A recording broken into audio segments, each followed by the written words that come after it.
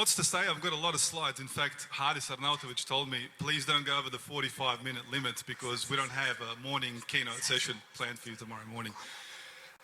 What I'm going to talk to you about today is really something that I've been thinking about for a very, very long time. What journey did we take to get here today? For those of you that are here for the first time and you're experiencing Futures Leaders Summit for the first time and perhaps interacting with the foundation for the first time, you might think to yourself that we do this every year and that every year things look as good as they look right now. And I can tell you that we started from a very, very humble beginning, and what you're looking at right now is the Rolls Royce of the Futures Leaders Summit and the foundation. But I'm going to talk to you about the humble start and how we got to where we are today and how you can see yourself in what we're doing. And it's going to be hopefully slightly entertaining, sometimes a little bit funny, but most importantly, it will give you some insights in terms of how you can also advance yourself through what we do. Although my presentation was titled what you heard before, what I want you to think about here is really, as a guideline, how you can change your mindset about how you're perceiving things in this country and how you're perceiving things in your career and perhaps how you're perceiving things in the world.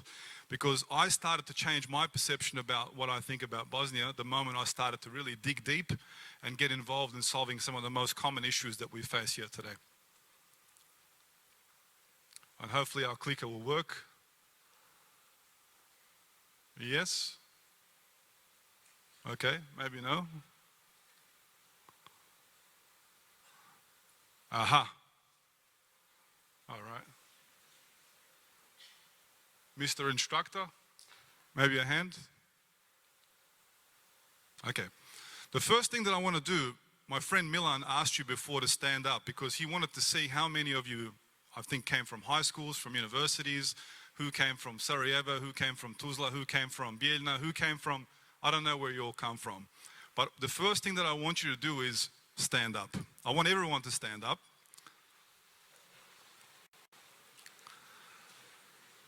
And I'm not going to ask you to stand up and sit down all the time, a yo-yo like Milan did. But what I want you to do, and this is very important, is turn around and look at the people that are here. Just turn around for a second and look at the people that are here.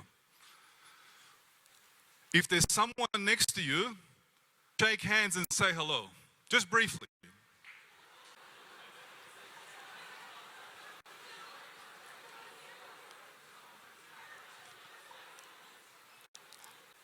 Okay, you can all sit down now and I'll explain why this is important.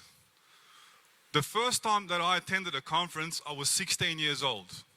And I didn't think much of it. In fact, someone forced me to go to the conference. They said it'll be good for you. I had no idea what they were talking about. I had no idea the importance that event would have on my life. Years later, I'd come across a photo from this conference. And I recognized that I was sitting next to people who were much older than me at the time, who ended up becoming some of the most successful people in Melbourne, Australia. Business leaders, entrepreneurs, professors, doctors, lawyers, incredible, incredible people. And I thought to myself, if I could put myself in a time machine and go back to that time when I was 16 years old, I would have made more of an effort to get to know the people that were sitting next to me. So I urge you, take the opportunity at Futures Leaders Summit, not to sit next to your friends, because you can do that anytime you want, but to go and sit next to people that you don't know. The people that look the least likely to be your friend in whatever world that you live in, go and sit next to them and get to know them. Because the likelihood of one of them being a future leader, a hero, a change maker, an entrepreneur, someone who's doing incredible things is very, very high. So take that opportunity.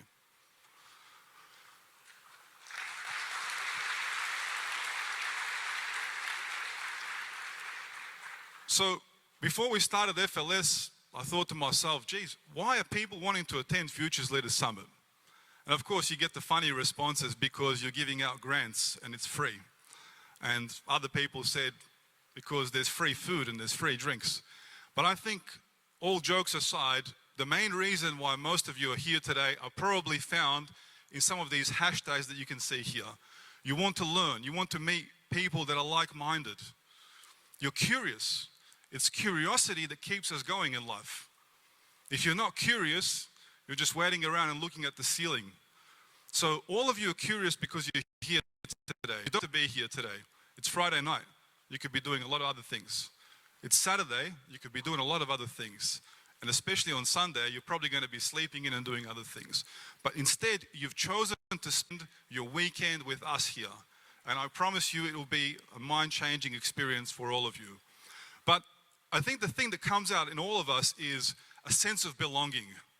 And I started to think to myself, the word belong is a very important one in my life. But I've never analyzed the word belong to the extent that I really wanted to.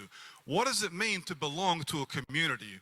What does it mean to feel like you are wanted, you belong in something that you care about? So I started to do some research, and I hope you won't find this overly boring. There was this incredible guy called Carl Rogers. He was one of the founders of humanistic psychology. I'm not a psychologist, I'm an electrical engineer, and I used to be a nerd. I'm less of a tech nerd these days. But the older I get, the more curious I become about all elements of life, including psychology, the arts, etc., etc. And you'll probably discover that as you get older as well. But what this gentleman said is, belonging is defined as a unique and subjective experience that relates to a yearning for connection with others, need for positive regard and desire for interpersonal connection. So in 1951, he defined that as that.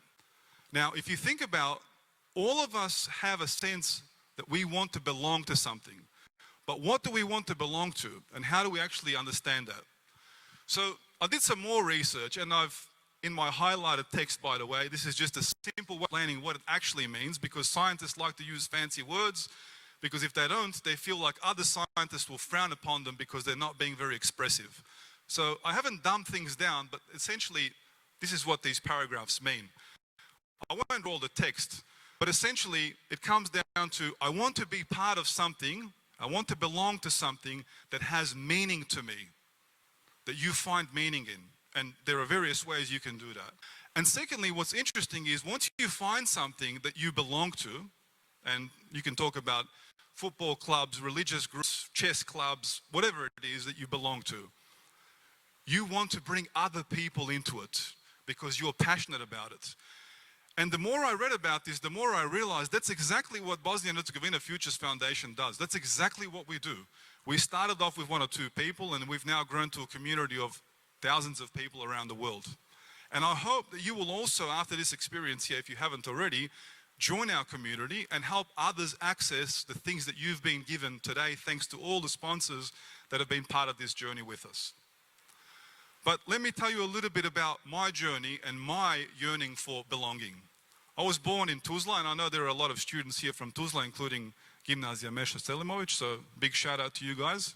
If I didn't leave Bosnia, I probably would have studied at Meša Selimović Gimnazija. So my journey was a little bit different, and I'm not going to talk about my entire life because sometimes that takes too long. But essentially, my journey started in Tuzla, and I was a refugee in Switzerland. I ended up as a refugee in Australia.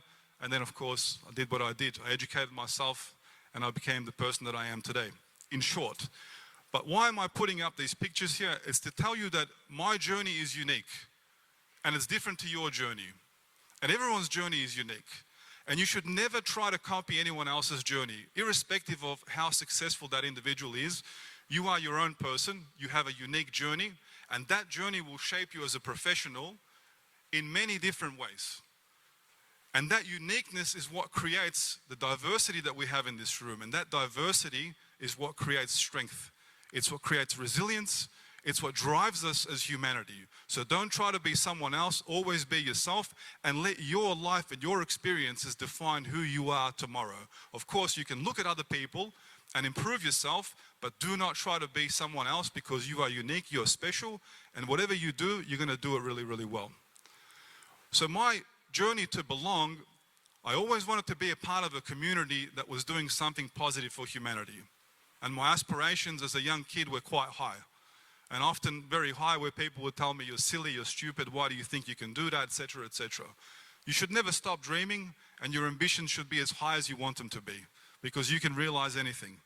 Don't ever let anyone tell you that it's impossible, because everything is possible. You can achieve anything that you want to. But I always wanted to belong. And I felt very lost at times because I could not associate myself with any particular community. because the communities that existed were predefined from the Stone Age, essentially. So what did I do? I thought to myself, you know what, one day I'm going to create my own community that's going to have these values, and it's going to help people. It's going to help people around the world. I'm not sure what exactly I'm going to be helping with, but I want to give back. I want to help people who are going through difficult times. I want to help people become the best version of themselves. And hopefully my clicker will do what it's supposed to do. That community today is Bosnia Herzegovina Futures Foundation. And I can wholeheartedly say this, the foundation is my family. I have a brother who's the co-founder of this foundation. I have parents, of course. I have a grandmother. I have a wife. By the way, I got married recently, so cheers to that.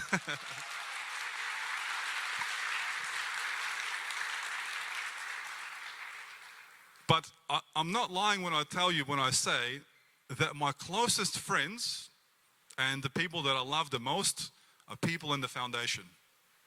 And that is wholeheartedly true, because I've found a lot of things in common with these people.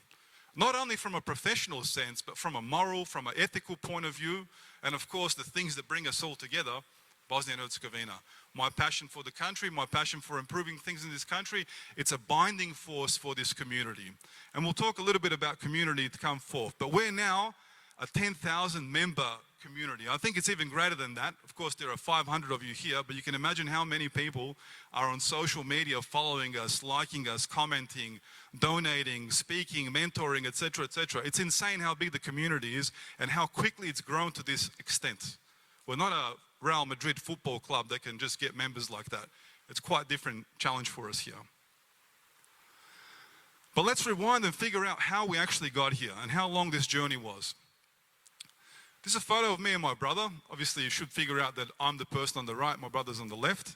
And this is a photo from Switzerland when I was 8 years old and he was 7 years old. We were refugees, and we just earned our first 100 Swiss francs. And this is going back to 1992 or 1993. So in 1993, 100 Swiss francs was a lot of money. I mean, it still is if you're an 8-year-old kid. So we earned our first 100 Swiss francs and we started to dream big. It was always like we made 100 million instead of 100 Swiss francs. We're going to do this, we're going to buy this, and we're going to do that, etc., etc. But in all of that thinking about what we're going to buy, we also started to think about how we're going to change the world. Kids being silly, but at the same time very curious. And also, you dream a lot, right? You have no restrictions in terms of what's possible, what's not possible, because you haven't been told that's not possible because there are legal matters to attend to. That's not possible because you need infrastructure to do that. You just love to dream. And we started to dream about, okay, we're refugees in this country. We don't want to be here. We have no choice. But one day, promise to each other, one day when we can, we're going to make sure that the next Eddie and Reshad don't end up in this situation. They don't have to go through what we went through, and we're going to help people. And we made that promise to each other when we were 8 years old. And we didn't recall that until much later on in life. But we wanted to do something positive. So fast forward a lot of years. I'm now late 20s. I've now earned a PhD. I'm working at a university. And I have this insane drive that I have to do something for Bosnia and Herzegovina. I got sick and tired of listening to all the people talk about all the problems in this country, how it's difficult to do this, how it's difficult to do that, etc., etc. And many of my colleagues who are here who've come from other countries understand what I'm talking about. We took action in our own hands. But before you do that, before you take any action, you start to think to yourself, where do I start? How do I do it? Who do I contact? What resources do I need? Where do I start, essentially? What do I do? And it's all those questions, typically, as a scientist, what do? You go and do some research, right? It's like, well, where do you find the book in the library that says, how do you fix Bosnia? You just don't. There's no such book. But you make an effort to go and read, meet people, speak to people, to get as much information as possible so that you can take some action. And you quickly realize that despite all of that research, nothing really prepares you for an opportunity that arises. And my opportunity arose in 2015 when I was part of Institute of Electrical and Electronic Engineers. So this is the largest professional engineering organization in the world. And I happened to be the youngest board member on the publications board that sat in New York. All my flights were being paid for. I was flying around the world. I felt incredible. But again, inside here, I had this burning desire. How do I make this work for Bosnia? How do I help Bosnia? And of course, I happened to reach out to the IEEE section in Bosnia and say, can I get involved? Can I help you? And this amazing woman here, and some of you might know her name is Dušanka Bošković. Anyone know Dušanka Bošković? Hand up. Oh, look at that.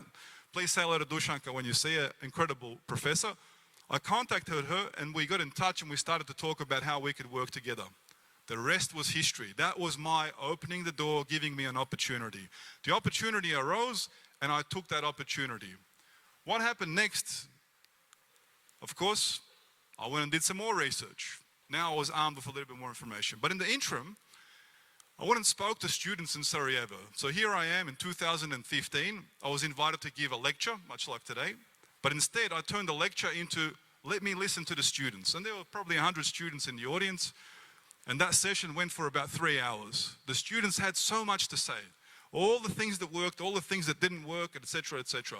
And I was just writing the whole time. And they thought, this guy's silly. We've never had someone who's an academic who comes and listens to us and writes instead of the other way around. But I was more curious about how to help them than they were curious about what I was doing. But essentially, I went back and then I did some more research. And I'm not going to get you to read all of this, but essentially, I read this huge report that was written by INSEAD, Harvard Business School, MIT, and a few other of these fancy universities that everyone knows about. And this report was enormous. And the whole report boiled down to one simple sentence. Prosperity and economic might of a country, like basically what's the magic formula? How do you make a country succeed? It comes down to one sentence. A country's wealth correlates with its collective knowledge. Just take a moment to let that sink in. A country's wealth correlates with its collective knowledge. And I started to think about, what does that mean for Bosnia? Because first of all, almost half of our population at this given stage lives outside of Bosnia.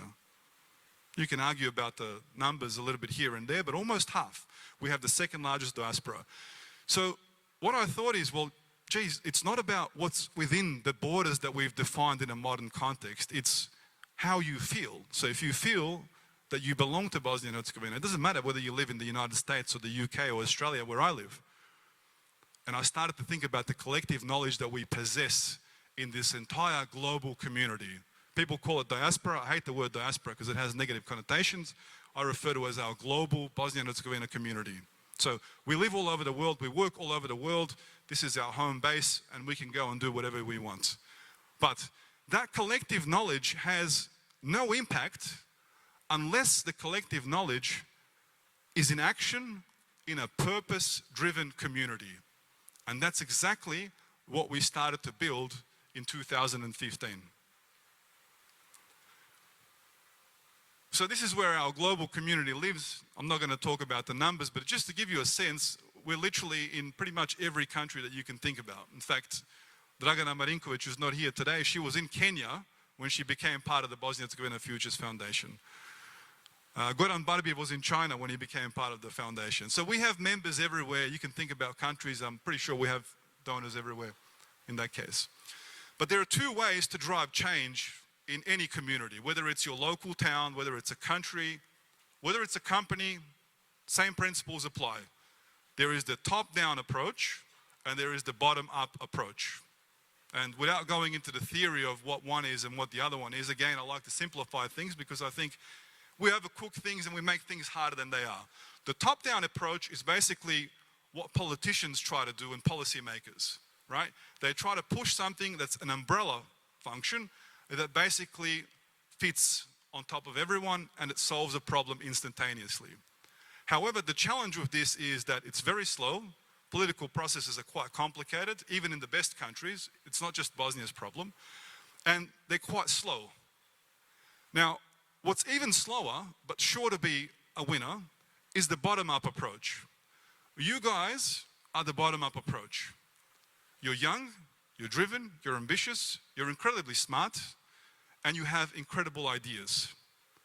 But the difference is that your ideas can't always be heard because you're not loud enough, because you're not, as they say, connected enough or plugged in enough.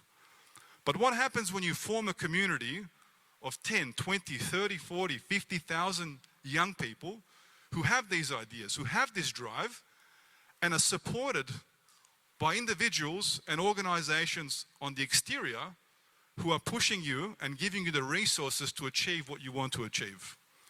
This is how you bring about change. The challenge here is that most people don't have the patience for this type of change.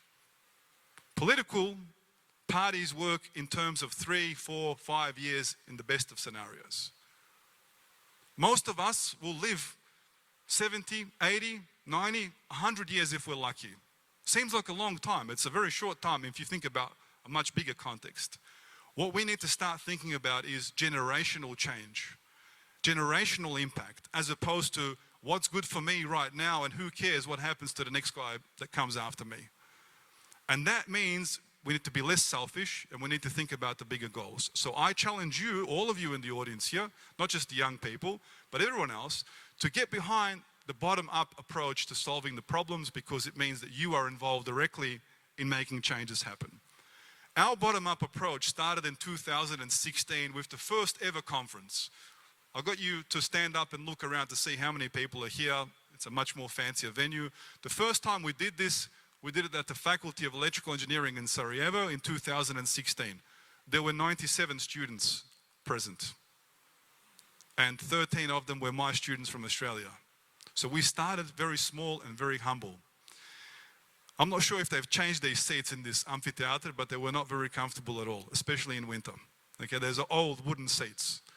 So we started very small, but the community grew. What happened at this event is we sparked an interest. We managed to get people on board. When you have an idea, convincing people that your idea is worth following is a very difficult task. If you're in startups, then you know when you're pitching for funding, you have to be very convincing. You have to have a good business plan. You have to have the right people on your team. You have to have a good product or service or whatever it might be. And a lot of my friends here are entrepreneurs, so they can tell you all about that. It's even harder to start something that doesn't make money, because people will ask you the question, well, look, what's in it for me? Why are you doing this? Are you crazy?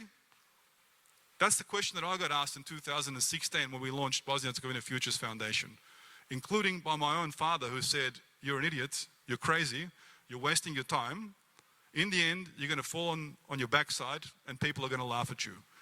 And this is my father, who believes in everything that I do. Of course, he's changed his mind since then. But my point is that people will always doubt you when you start to think about big ideas, about big changes.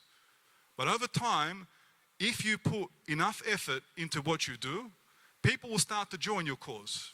And we can go through history and name thousands of people that have led change. I'm not trying to start a revolution in any sense. I'm just trying to get you to think differently about how you go about living your life and how you go about solving problems, and that it's much easier to do that when you have a whole team behind you, and we wouldn't be anything today without a team.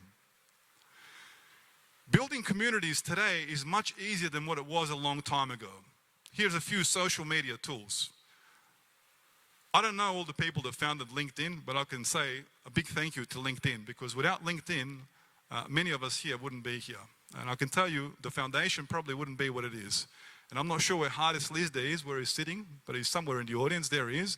Hardest Lizde wouldn't have contacted 50,000 Bosnians and Herzegovinians living in 50 countries around the world if it wasn't for LinkedIn. So today, there's never been an easier time to build communities, because we have the tools to do that. We have no excuses why we're just sitting back and watching things go by and happen without us taking action. So some people ask me, why the hell do you have this Pikachu around your waist here? So I wanted to make a little joke. Often people say to me, what's your hobby? I'm like, I collect people. It sounds like something from a horror movie, right?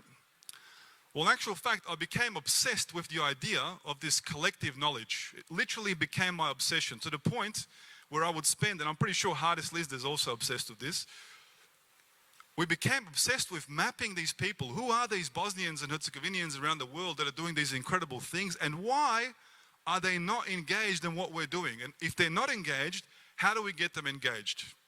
And so we started this Pokemon collection, and the Pokemon collection we call Bosanski Pokemon collection is enormous today.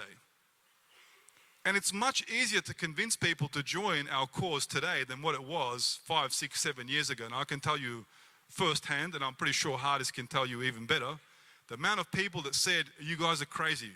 What are you talking about? You're going to do this? You're not going to do anything. The worst people who objected to everything that we were doing, rejecting everything that we were doing, are today some of our biggest supporters, biggest donors, and biggest advocates. Because once you win them over for life. So we've been able to achieve that. And the incredible thing is that there are over 5,000 that we know, PhDs from Bosnia Herzegovina around the world. Over 5,000 that we know about, potentially quite more. That's an insane number of PhDs, people working in the top insane universities. Probably tens of thousands of engineers and doctors and lawyers and so on living in an incredible world. How do we get them to work together with us? Well, that's what we've been working on. But I'll tell you something. This journey has been incredibly tiring. In fact, it's taken a hit on my health as well. I've had my ups and downs with my health. I can tell you that I've flown 2 million kilometers from 2015 to 2023. That's an insane number, but especially insane when you think about the fact that flying from Melbourne to Sarajevo is 15,500 kilometers. And around the world, trip is 40,000 kilometers. So if you do any basic math, you can understand that I did a shitload of flying. Okay, I didn't do that flying because I enjoy flying, because it's fun to be up in the air. I did that because I wanted to go and find these Pokemon, these Bosnian Pokemon all over the world, and to convince them to join this team, to become part of this team. You can send as many LinkedIn messages as you like. One thing that you probably would have learned as a student as well, you can send emails when you're applying for jobs, and most of the time it's very easy to reject emails. Right? I can just choose to ignore an email. I'm pretty sure all of you ignore a lot of emails as well. You ignore surveys. So people will ignore emails. It's much harder to ignore a phone call, because maybe I'll pick that phone call up. But it's even harder to reject someone when they've traveled 15,000 kilometers and they come knocking on your door and say, hey, my name's Edhem Custovic, and I've just come to visit you here at Apple to tell you about the Bosnia Herzegovina Futures Foundation. Of course, you're thinking to yourself, this guy is insane. Why would he fly 15,000 kilometers just to meet me? But then you start to think, well, he made an effort, so I'm going to give him a little bit of time. And things catch on over time. It's an enormous time sacrifice. I haven't even begun to calculate how much time I invested, and not to mention all the people that are here today that have supported the foundation over these years. But I can sure to say that we've invested, from our last year, approximately 62.5 years of work based on our number. Think about that, 62.5 years last year of time invested. That's someone's entire lifetime invested. And we did that in less than 6 years. And that number will grow exponentially because more of you join the cause and more of the action that we take, we grow as a community. I'm going to tell you 2 little stories and 2 individuals that are here today. One of them is Miralem Salihovic, who's sitting over here. Miralem, just stand up for a second, give everyone people a wave here. There he is. Miralem was one of these people that actually was at the receiving end of me reaching out to him. He became a mentor in the foundation, and we met in San Francisco. He works at Apple. He's a very respected individual at Apple. And we got him on board. But what we realized very quickly is that we had a much deeper connection, because we used to hang out in the same circle of friends. And I'm not sure if anyone listens to hip-hop here, but FM Jam and the FM Jam parties back in the early 2000s, that was our connection. So it was destiny, you could say, that we could reconnect again. And today, he's one of the biggest supporters of our foundation. He's supported a lot of young people. He's mentored a lot of young people. And next year, he's going to be part of our board of directors. The second story that I'm going to tell you about random connection is this guy sitting over here. Almir, you want to stand up just quickly? Last year, exactly around this time, we were sitting after FLS. We were very tired, having a few drinks. And some guy randomly messages me on Instagram and says, hey man, I'm in Sarajevo, I'm looking to connect with some Bosnians, blah, blah, blah, etc., etc. I said to him, come to the pub and have a few drinks with us. Well, this guy walks into the pub. Fast forward 12 months, he's a keynote speaker at FLS. So there you go, guys. So, random connections. My point is, you have to keep an open mind about who you meet. So keep an open mind about who you're going to meet here today, because you never know who that person is and what they're going to do in the next period of time. There's this African proverb that talks about going alone at things. You can go fast, or you can go as a team, and you can be much more effective. But I'll say this, there's never been a more important time, at least in this country, but also around the world, to be part of a community that is driving change. And that's exactly what we're doing. So I want to ask you a question. I'm going to run out of time eventually, but I want to ask you a question for you to think about. How would you define yourself in hashtags? Well, basically, what communities would you affiliate if you could actually just use a couple of hashtags to define who you are? Think about it, right? You can't write an essay. You can use 3 or 4 hashtags. I'm pretty sure you use social media. What hashtags would you use? And obviously, my slide is supposed to be visible, but what I was trying to illustrate here is that most of you will find that you will have at least 3 or 4 hashtags in common, regardless of what thing you're studying.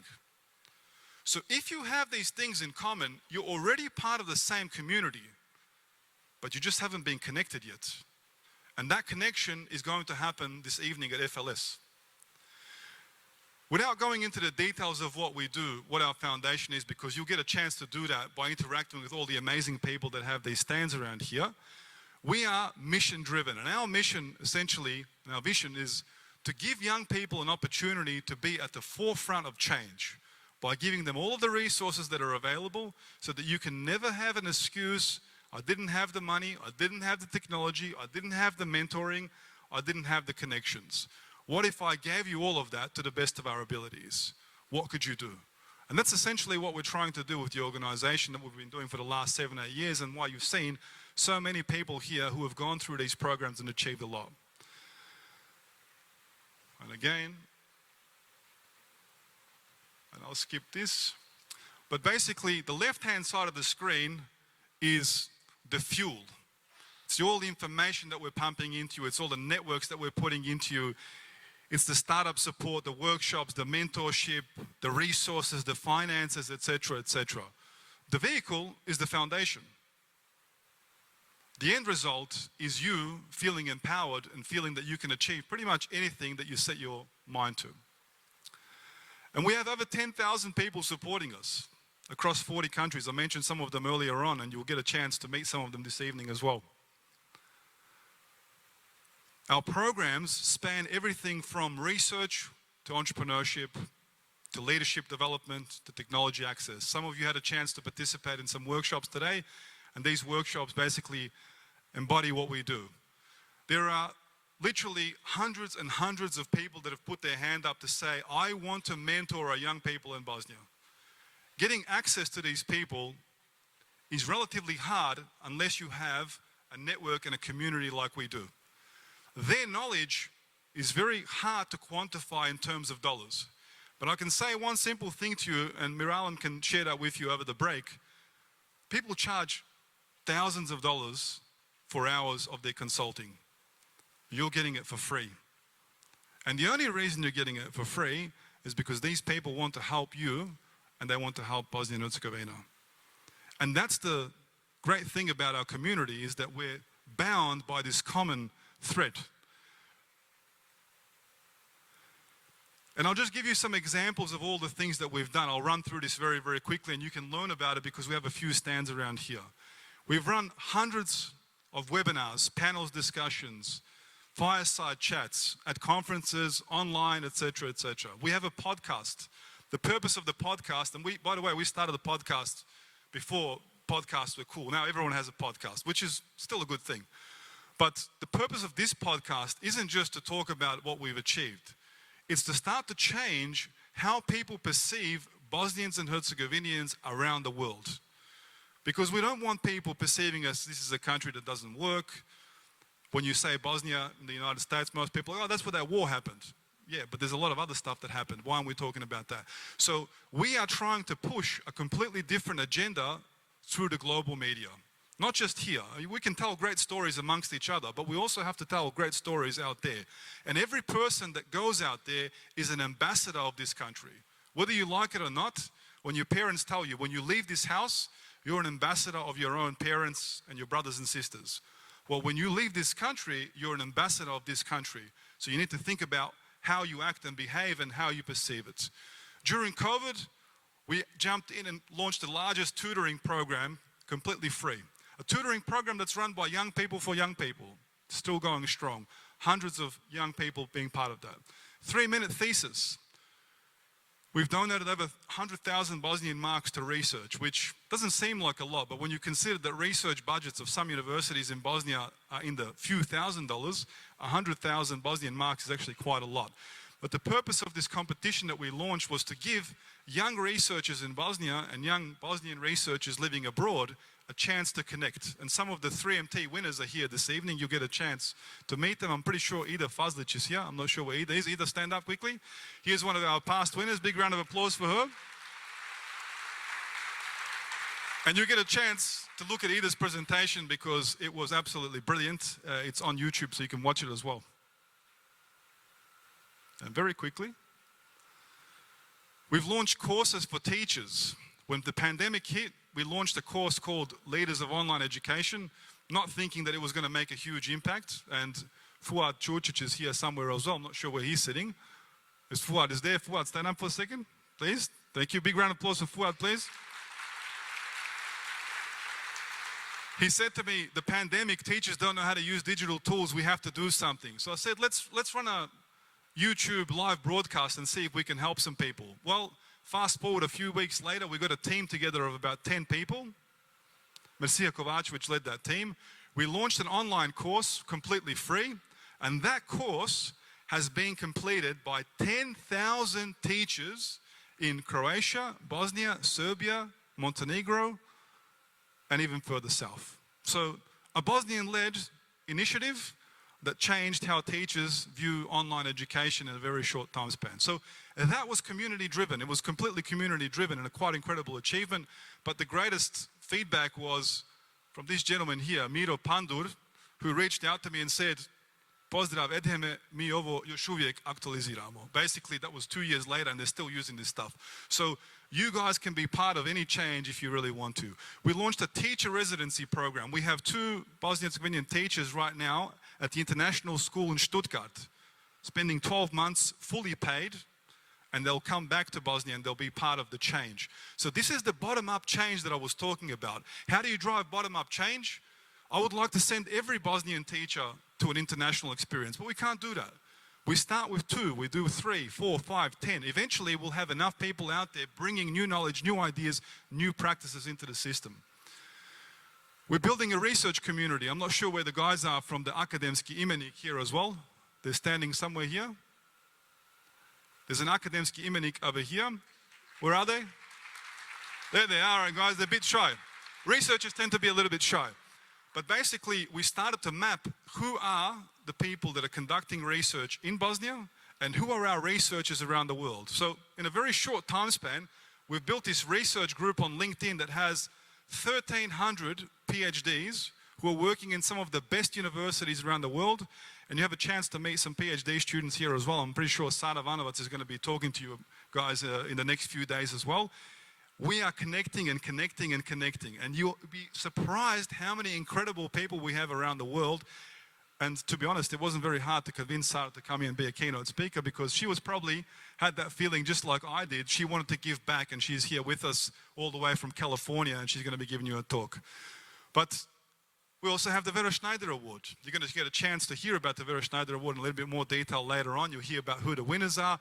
But the purpose of this was to honor the legacy of a woman who happened to be the first mathematician in Bosnia, the first female dean in the whole of Yugoslavia, the first woman that wrote a research paper, and she was slowly drifting into history, forgotten in time. We wanted to revive her work. We wanted to revive it and actually create an impact. I got in touch with her grandson, who happens to be a world-class physicist, at the University of Michigan, Dragan Huterer. I wrote him an email thinking to myself, maybe he'll respond, maybe he won't.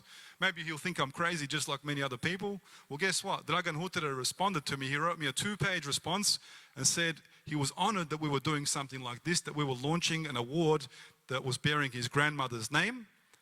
And that award was going to give young female scientists in Bosnia an opportunity to follow in the footsteps of Vera Schneider, arguably one of Bosnia's greatest mathematicians, but definitely first mathematician. And here is Zlata Jošarović, who attended a chemistry conference.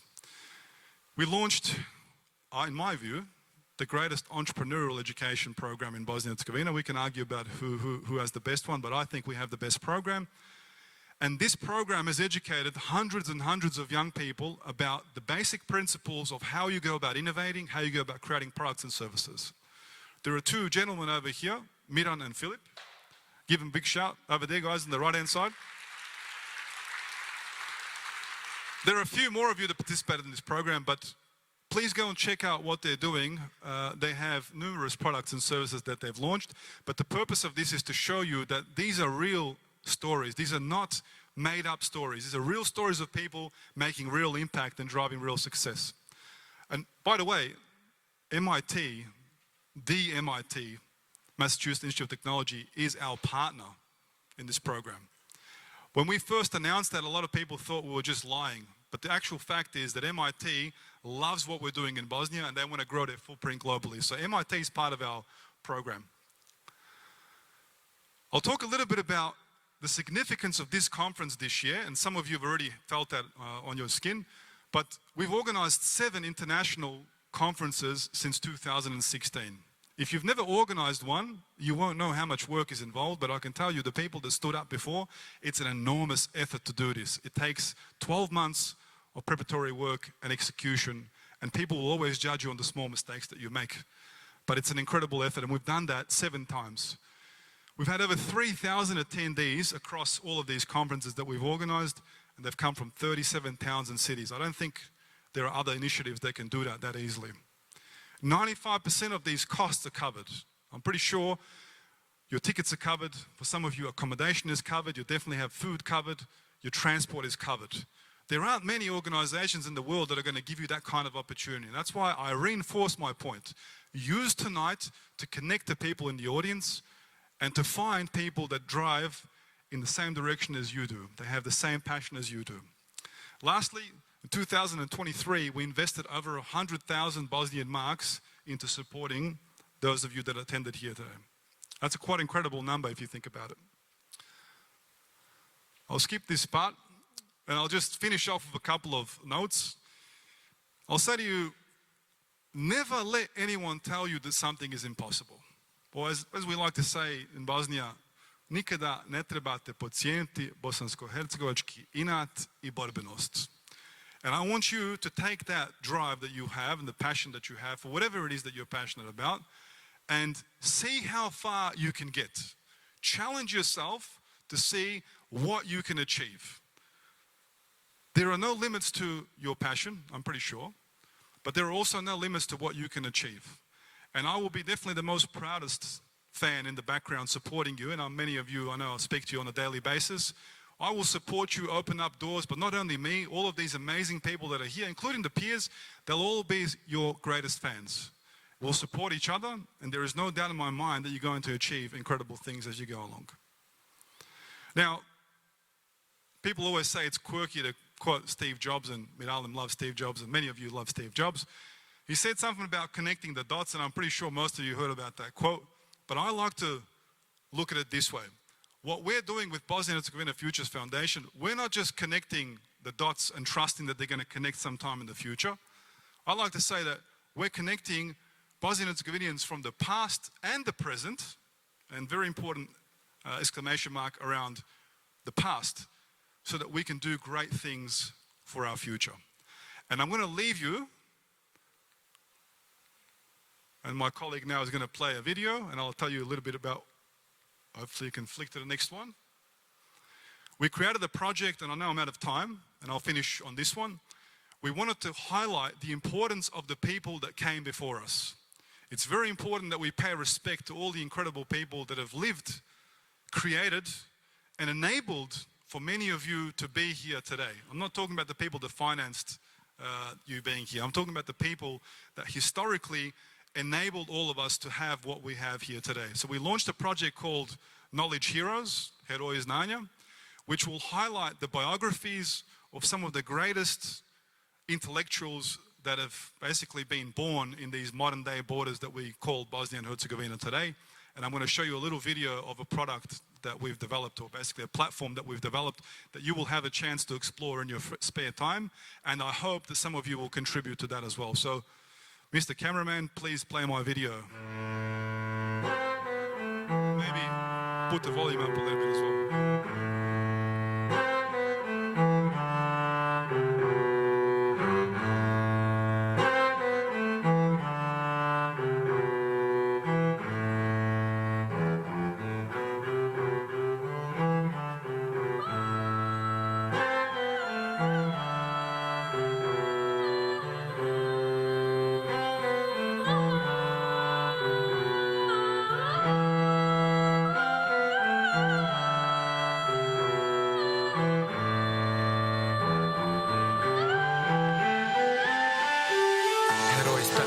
Diže kao Feniks, on je vrijedan naše pažnje, ali je nikada ne plijeni, on je trn u oku statistike i proračuna.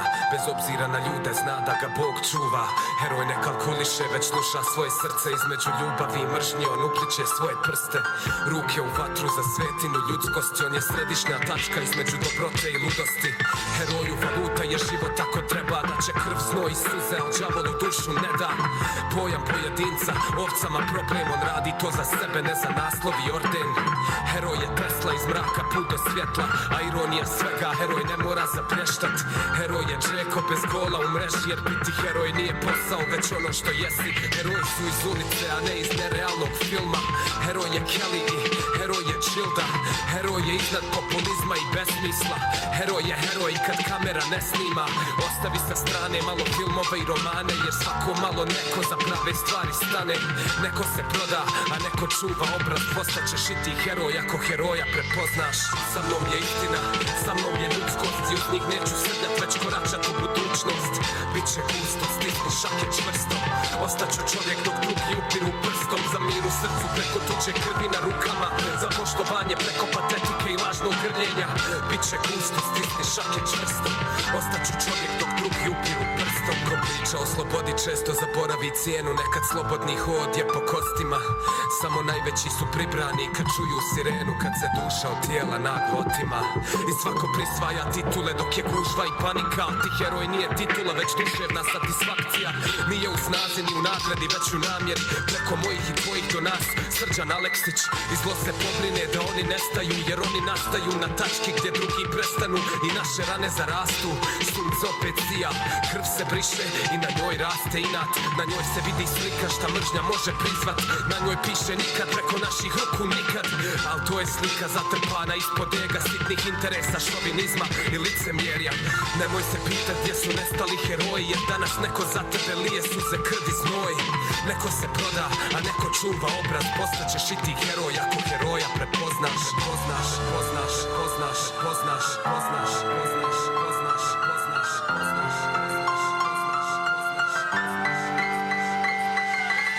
Sa mnom je istina, sa mnom je ljudskost, i uz njih neću srljat, već koračat u budućnost. Biće gusto, stisni šake čvrsto. Ostaću čovjek dok drugi upiru prstom. Za mir u srcu preko tuđe krvi na rukama. Za poštovanje preko patetike i lažnog grljenja. Biće gusto, stisni šake čvrsto. Ostaću čovjek dok drugi upiru prstom. Sa mnom je istina, sa mnom je ljudskost, i uz njih neću srljat, već koračat u budućnost. Biće gusto, stisni šake čvrsto. Ostaću čovjek dok drugi upiru prstom. Za mir u srcu preko tuđe krvi na rukama. Za poštovanje preko patetike i lažnog grljenja. Biće gusto, stisni šake čvrsto.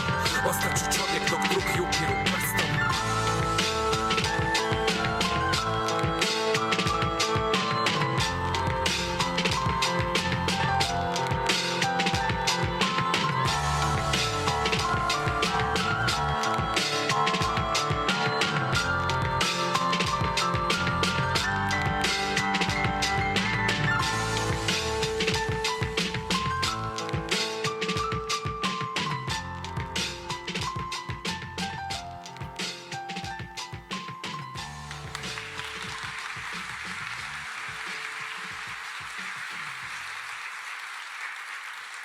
So please go and check out the website. It's not fully complete yet, but we're looking for contributors, people that want to write, people that like to do research, and people that like to contribute to the platform. We are going to grow this platform to beyond 1,200 or 1,300 incredible profiles from the past. And our goal at the end is, of course, to publish this in a series of encyclopedias and donate this to all elementary and high schools throughout Bosnia.